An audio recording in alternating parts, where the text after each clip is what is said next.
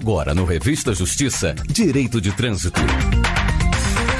Vamos falar sobre se existe ou não uma alternativa para os motoristas indicarem um condutor infrator após a perda do prazo para indicação e transferir os pontos por meio de um processo judicial.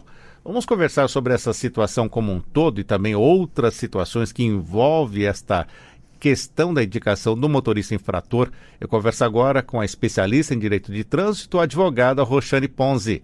Doutora Roxane, obrigado por atender a Rádio Justiça nessa quarta-feira de cinzas. Bom dia. Bom dia, que alegria poder conversar com a Rádio Justiça e esse programa que sempre dá esse espaço tão importante para o direito de trânsito. Ainda que seja quarta-feira de cinzas, né, a gente já está trabalhando e já está também preocupado com as indicações de condutor, né, que é o nosso tema de hoje. Com certeza, e passando assim rapidamente, passamos pelo Carnaval e a senhora acompanhou também algumas notícias sobre infrações de trânsito nesse Carnaval aí no Rio Grande do Sul ou em qualquer lugar do país? Então, as estatísticas nunca são boas, né? É uma época em que, infelizmente, muitas pessoas acabam fazendo aquela combinação letal de álcool e direção. E isso é quase como uma lei da física, né? Quando a gente extrapola esses limites, acaba que o resultado nunca é positivo. Óbvio que as autoridades ainda farão, né, toda a contabilização desses acidentes, dessas vítimas, e que a gente, com muita tristeza, acaba tendo que colocar lá nas estatísticas, obviamente com uma intenção maior, que é fazer políticas públicas que possam, né, de uma certa forma ou de outra, tentar evitar que isso não aconteça nos próximos anos, nos próximos carnavais, que a gente contabilize menos vítimas, né, nos anos que se seguirão aí.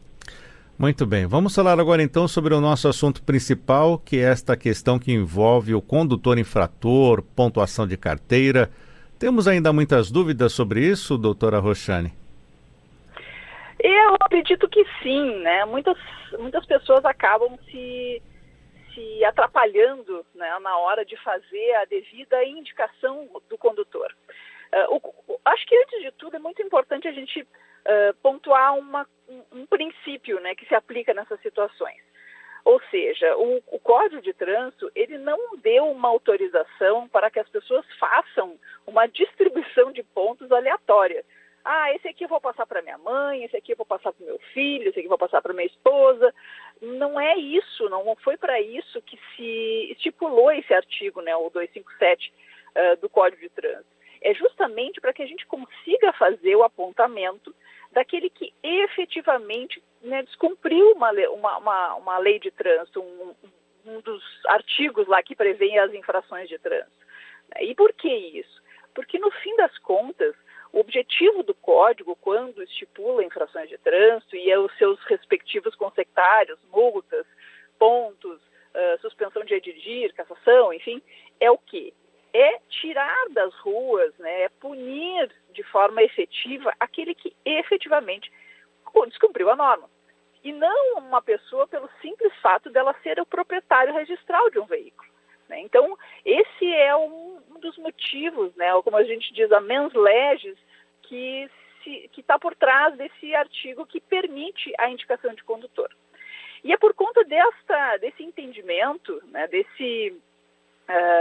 dessa vontade do legislador, que o Poder Judiciário ele acaba acolhendo, né, as indicações de condutor quando o cidadão, por algum motivo, ele perde o prazo, e essa perda do prazo pode ser por N motivos, como, por exemplo, não chegou a notificação em tempo, ou foi para o endereço que estava desatualizado, ou outra pessoa recebeu e extraviou o documento, ou, por exemplo, se ele estiver vinculado ao SNE, ele não tenha acessado o aplicativo, né, dentro do prazo ali estipulado, e aí ele não vê que houve a infração de trânsito.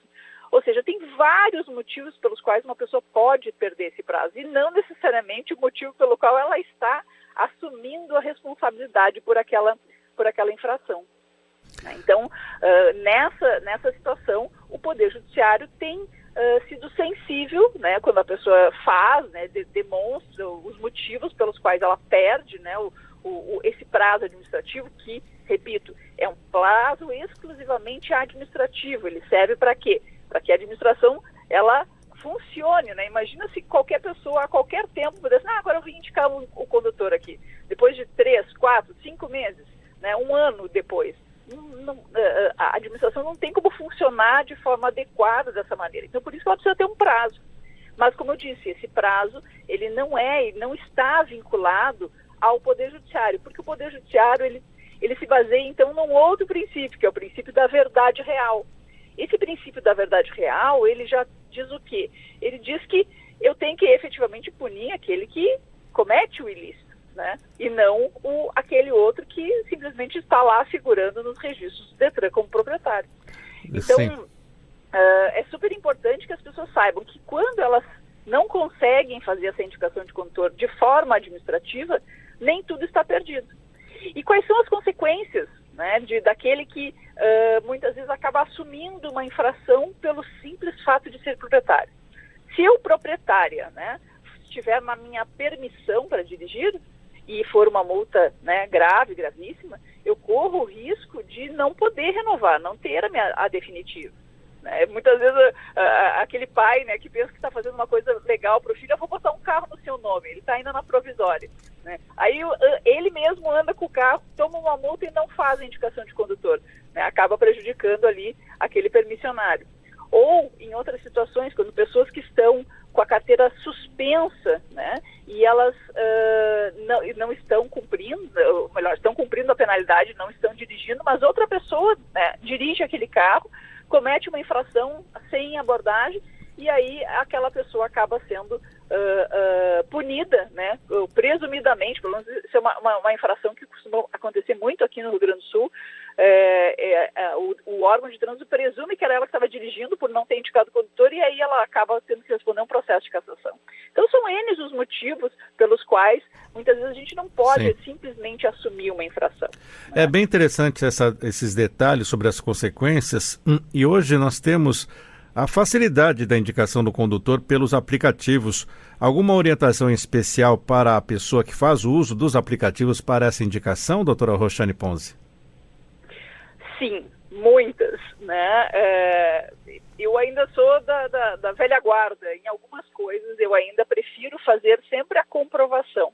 Como esses aplicativos, muitas vezes a gente não tem, né, o acesso, ou eles não geram um documento que diga assim, agora você fez uma indicação de condutor, né? Ele simplesmente, ele transfere a pontuação. Então eu sempre digo assim, faz um print da tela pelo menos, né?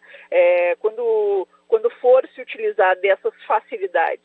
Alguns órgãos já conseguem fazer isso, inclusive por identificação facial, né? A pessoa vai lá, faz a autorização, ou seja, eu aponto o Joãozinho como o verdadeiro infrator, eu sou a proprietária, eu coloco o CPF dele, e aí ele vai lá, acessa o aplicativo dele e aceita. Né? Esses dois procedimentos eu recomendo que as pessoas façam o print da tela.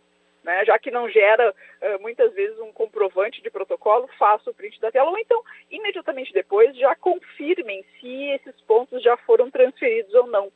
Porque já tive casos, infelizmente, de pessoas que fizeram esse procedimento e talvez por algum motivo, até por uma inabilidade com a tecnologia, né, foram se dar por conta que lá no final o aceite não tinha entrado, aí não havia mais prazo e aí teve todas essas consequências. Então a minha recomendação, com toda certeza, é fazer a prova desses procedimentos enquanto o Senatran, né, que é a Secretaria Nacional de Trânsito, enquanto ela não fornece aí um comprovante que seja emitido pela carteira digital de trânsito, e também os próprios órgãos, né? Tem órgãos que já fazem isso, como o Detran do Rio Grande do Sul já permite essa indicação de condutor, que eles emitam aí um comprovante desse procedimento, para que isso seja uma prova para o cidadão. Doutora Roxane Ponzi, já que estamos falando de transferência, temos a questão do prazo, temos os aplicativos e vamos explicar para o nosso ouvinte. Perdeu o prazo, então. Qual é o passo a passo para conseguir a indicação desse condutor depois desse prazo vencido? Bom, a gente tem duas maneiras, né? Quando o condutor indicado, ele concorda em receber os pontos e quando ele discorda. né? E isso é o que vai determinar em que lugar da ação ele vai estar, se no polo ativo, junto com o autor, ou se no polo passivo, né, junto com o órgão de trânsito. Se há uma concordância do condutor indicado, o que ele precisa fazer? O que é o ideal? Que ele assine, né, uma declaração dizendo que era ele que estava conduzindo o veículo naquele dia e hora e reconheça a firma, né? Eu acho que esse é um dos pontos assim, que dá mais legitimidade. Lembrando que a indicação de condutor falsa pode gerar, inclusive, crime de falsidade ideológica, né? Então, assim, não pense, como eu disse lá no início da fala, né? Não pense que indicar condutor é ficar distribuindo pontos. Não. Quando você for a juízo, é que porque efetivamente não era você que estava dirigindo e era uma outra pessoa que efetivamente estava dirigindo, né? Não corra o risco de, durante a ação judicial, o órgão de trânsito trazer uma fotografia lá do controlador eletrônico demonstrando que era você que estava lá na direção, entendeu? Porque tem fotos de controladores eletrônicos de velocidade que conseguem, inclusive, ver quem era o condutor, né? Então, o procedimento seria esse. Faz uma declaração, né, reconhecendo que estava dirigindo naquele momento e ingressa em juízo pedindo a transferência dessa pontuação. No estado do Rio Grande do Sul é um entendimento muito pacífico.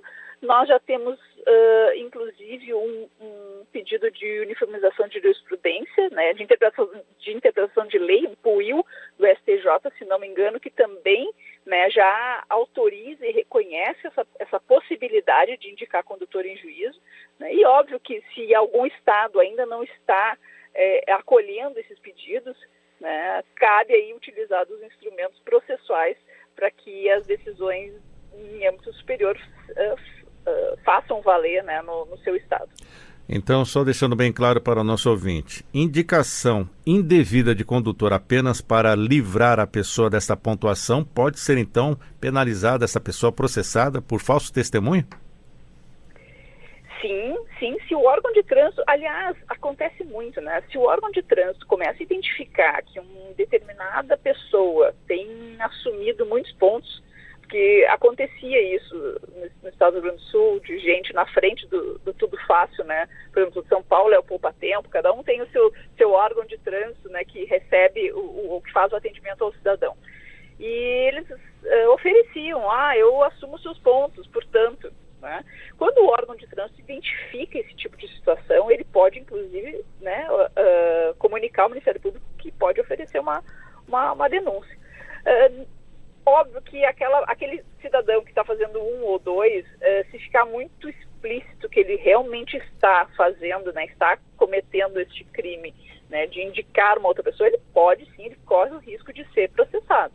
É óbvio que o Ministério Público não vai ficar em cima de todas as situações, mas eu sempre digo, se é para fazer, né, um processo de indicação de condutor, que o faça, né, reproduzindo o que efetivamente aconteceu, a verdade, né? Não faça o seu advogado passar vergonha em juízo, ou com alguma contestação justamente dizendo não, era o seu cliente mesmo que está dirigindo e a senhora está fazendo uma indicação de condutor inverídica. E isso é uma proteção, como eu digo, essa declaração, né, assumindo a pontuação, uma proteção para o autor, para o proprietário, o condutor, e também para o próprio advogado, né, para que ele não entre também nesse meio como se fizesse parte do procedimento todo, né, fraudulento e criminal. Eu acabei falando falso testemunho, mas na verdade é um crime de falsidade ideológica, né, doutora Roxane? Isso, exatamente.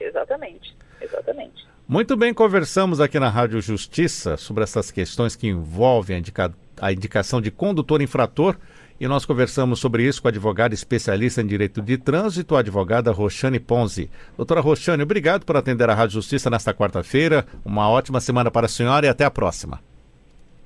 Eu que agradeço, muito obrigada pela oportunidade e que todos voltem para casa aí, sãos e salvos, e continuem a vida e continuem dirigindo, e indicando o condutor em juízo se for necessário. Um grande abraço.